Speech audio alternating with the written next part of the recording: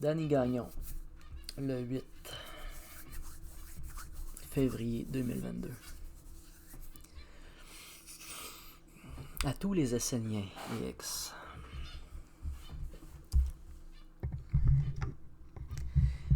J'ai pris conscience de beaucoup de choses. J'ai pris conscience de beaucoup de choses dans ma vie récemment.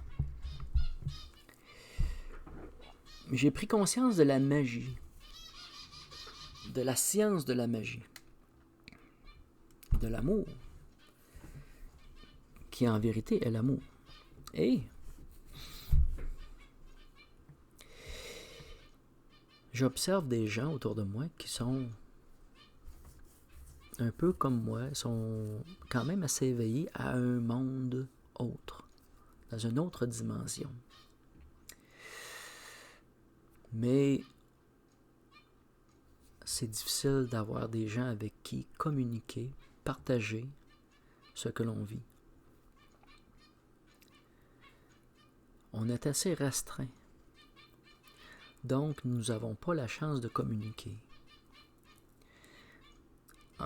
De communiquer, mais encore moins de vivre dans une forme de magie, de spiritualité qui nous épanouit. Et je me disais que ça serait merveilleux de rencontrer des gens comme moi, avec qui je pourrais parler de spiritualité, d'échanger et de vivre une magie, mais une force, d'aller chercher une force dans une union, dans une communion, et on pourrait même aller jusqu'à dire un rituel. Une convention, un cadre rituel pour dissiper l'obscurité des esprits, pour réveiller les esprits. Comme une prière,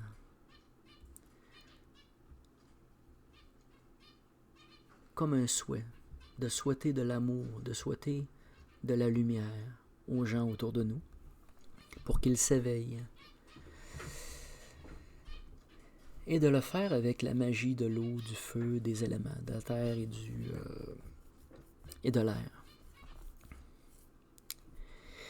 Et il y a peu de gens qui sont dans l'action de la magie.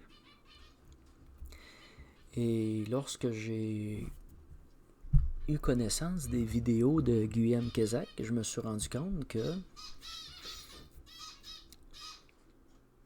cette personne-là parlait et avait des visions comme moi. Il parlait comme moi. Son cœur était comme me ressemblait. Je me suis retrouvé à travers Guillaume. Je me suis reconnu.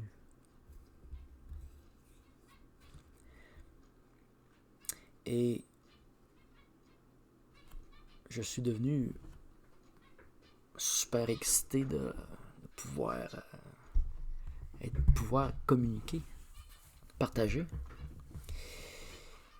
Et avec le temps, pas tellement longtemps après, j'ai commencé à faire des vidéos. Et ça m'a permis de me libérer, de partager. Et de partager avec un peu ces personnes-là aussi. Et est arrivé aussi Olivier Manitara. Olivier Martin. Mais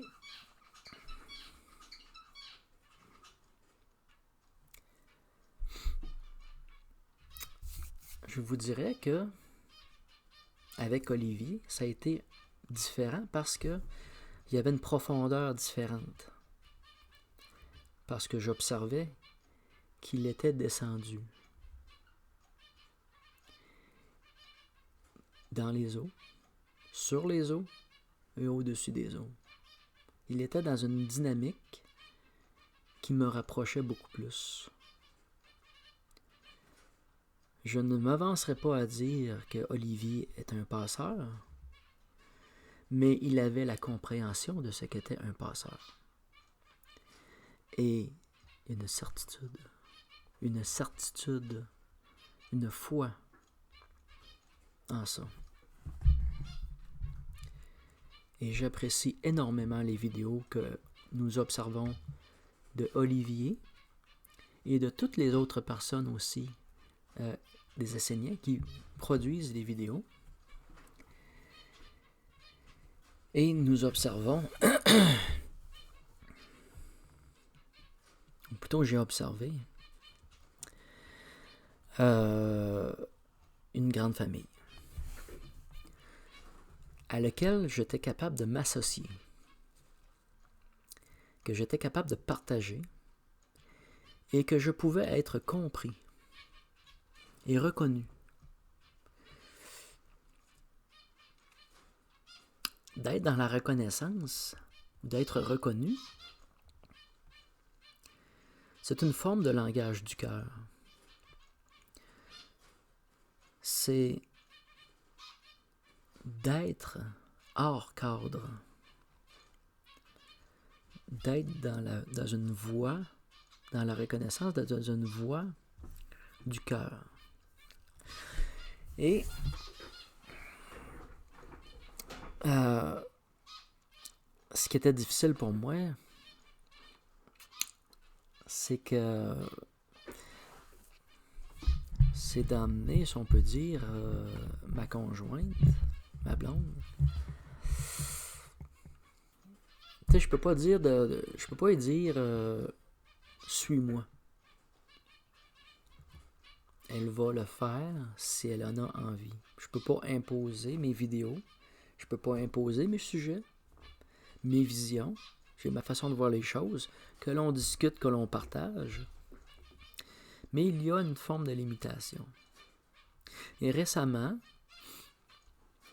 ma blonde a voulu se rapprocher de cette dynamique. Et pour moi, personnellement, c'était clair et certain que j'allais vers la rencontre des Esséniens. Elle accepte d'aller vers les Esséniens et d'aller à la rencontre. Et donc, je veux appeler, je veux communiquer et ça me prend juste un numéro, un nom, numéro de téléphone, une personne à rencontrer peut-être d'abord, par protocole, par cadre, par concept une forme de politesse, de se présenter simplement et de ne pas arriver simplement à l'improviste, plaque, même si ça serait dans ma nature d'être dans cette dynamique-là. Mais c'est une situation que souvent insécurise ma blonde, d'arriver comme ça sans rien encadrer. Alors, j'essaie de prendre contact, puis j'ai un contact. D'une certaine façon, j'ai annoncé ma venue, à ma façon. Et un peu plus tard, ma blonde, elle a dit « Ok, t'as-tu trouvé ton numéro de téléphone? As-tu une adresse, quelque chose? » Fait que là, elle dit « Non, pas encore. » Fait que là, elle va voir une vidéo, elle va voir sur Internet, puis elle tombe sur JE, puis un reportage de JE sur la communauté. Et c'est bien entendu que moi, personnellement, j'ai mon point de vue spirituel et j'ai ma vision des cadres de la société et du village essénien. Et j'observe la situation. Parce que pour moi, j'avais entendu que Olivier était parti. Mais parti où? Je ne le savais pas. Il était-tu mort? C'était pas nommé comme ça. Donc, il était peut-être pas mort. Mais, alors, je vois les vidéos. Je vois la présentation et je vois des gens blessés. Je vois des gens qui ont été blessés. je vois des gens qui ont perdu, qui ont connu une forme de perte. Et je vois des gens aussi qui tiennent à bout de bras un rêve. Que j'aurais pu être là et le partager avec eux. Ça aurait pu être moi, là,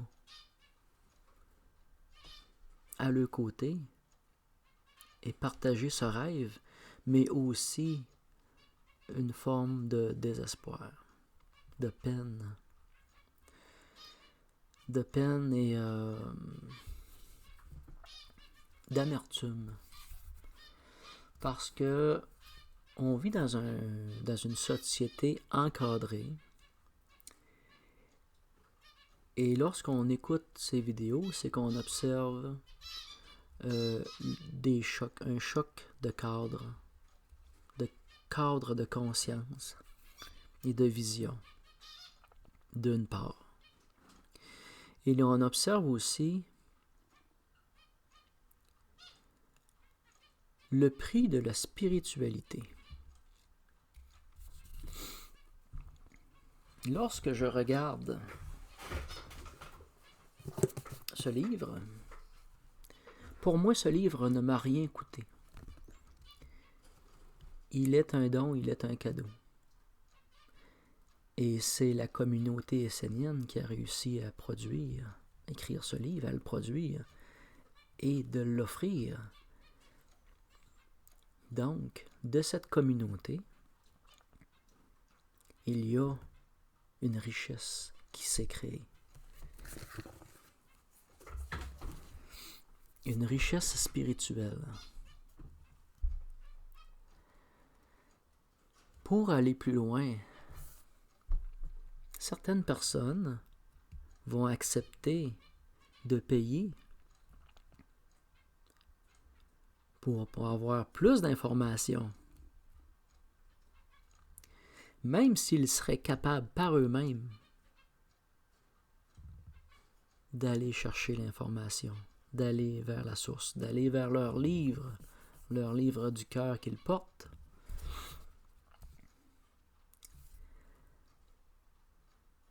Y a-t-il eu tromperie? Y a-t-il eu tromperie?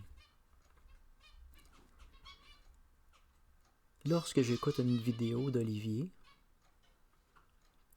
l'information qui est là est colossale. Je vois l'information, elle est colossale et je la reconnais parce que je la porte. Je porte déjà cette information-là. Olivier ne m'apprend rien. Dans sa façon de voir les choses, à des fois, oui, il me dit, il me guide. Et ça rouvre des portes. Un exemple, une des premières vidéos que j'ai vues d'Olivier, le sujet m'a interpellé d'abord.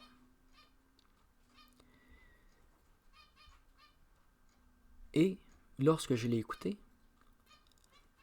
c'est comme s'il me parlait là, présentement, et dans une dynamique et dans une situation qui me concernait là, présentement, là, dans ce qu'on vivait. Mais lorsque tu regardes la vidéo, à quel moment qu'elle a été produite, ça fait 2 ans, ça fait 3 ans, ça fait 10 ans. Ça fait 10 ans que ces vidéos-là sont faites. Et sont actuelles. Ils sont d'actualité. Elles sont intemporelles. L'information est intemporelle. Je suis dans ma maison. Je suis assez loin du village essénien. Et à leur façon, de leur façon, nous participons à une libération. Ils m'aident, on partage, on s'entraide. Je peux pas dire je les aide, peut-être que je les guide pas non plus. Peut-être que dans les vidéos que j'ai faites, j'ai amené certains détails, certains déclics, certaines naïvetés subtiles, légères, qui ont pu déclencher une étincelle. Je l'espère. Mais, parce je considère qu'ils sont des spécialistes de la spiritualité. Mais, on amène chacun sa page, chacun sa force intérieure et c'est un partage.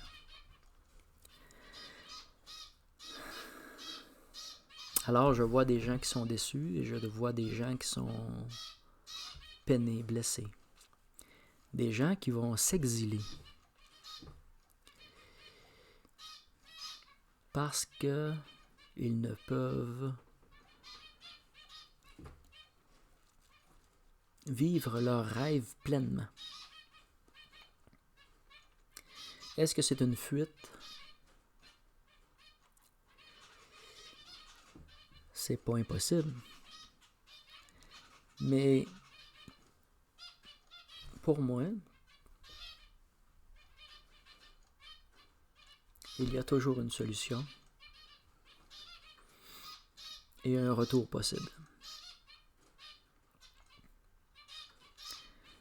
J'ai énormément d'informations dans ma cabouche, puis de potentiel de...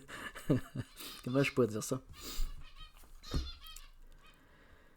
De facilité à trouver des solutions. C'est un don que j'ai. Et la science des cadres en fait partie.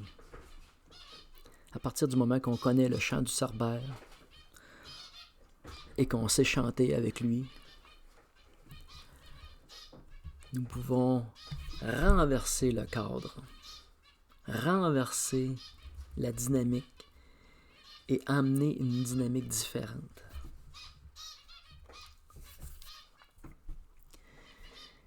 Et qui, pour moi, amène une nouvelle possibilité. Un changement est actuel au village essénien. Un changement est actuel et est en cours, est en marche.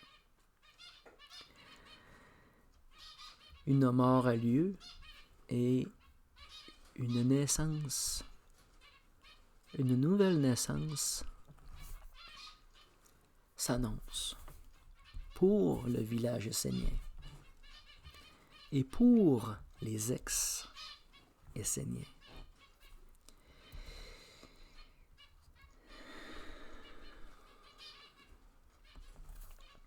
Ce que je veux dire par là, c'est que d'abord,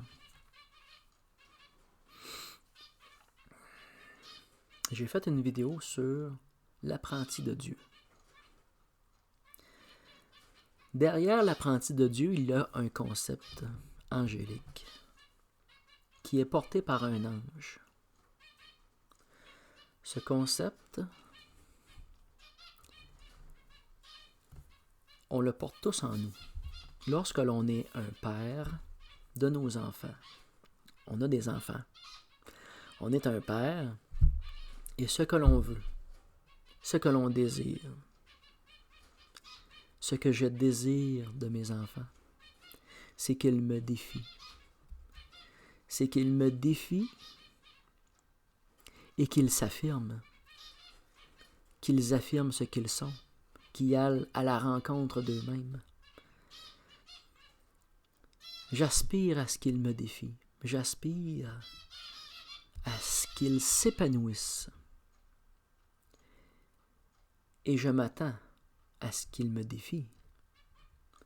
Je m'attends à ce que mes enfants se tiennent debout devant moi et aient la capacité de s'exprimer et de s'opposer.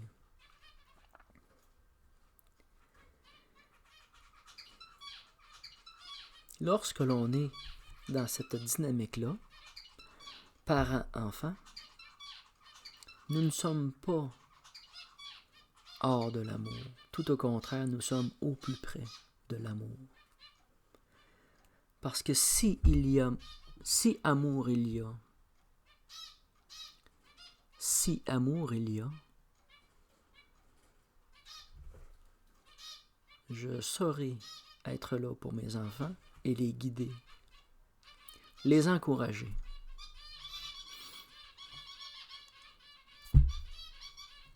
Pour les aider à s'épanouir.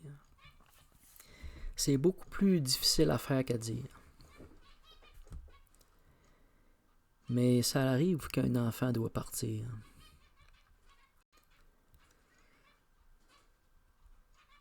Et ça arrive d'être dans une position d'avoir à tout perdre. Être prêt à tout perdre pour respirer, s'exprimer, sortir du cadre. Aussi étrange que cela puisse paraître,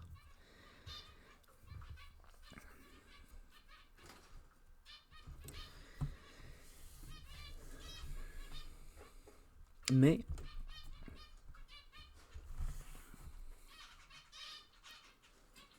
je ne saurais être la personne que je suis s'ils ne sont pas la personne qu'ils sont.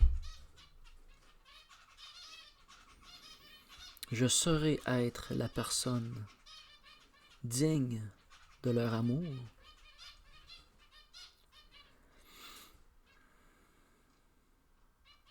en les laissant devenir ce qu'ils sont.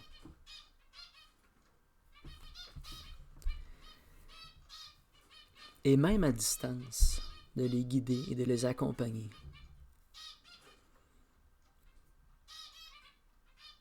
Même les ex, essayer de les aider. Je connais pas la situation. Ça reste à découvrir. Mais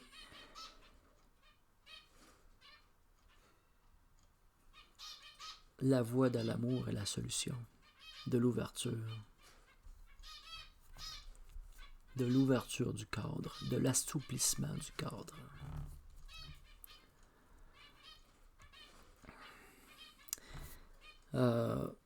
Il y a une chanson que j'affectionne beaucoup. Cette chanson est de Daniel Lavoie. Et cette chanson s'intitule « Qui sait ?»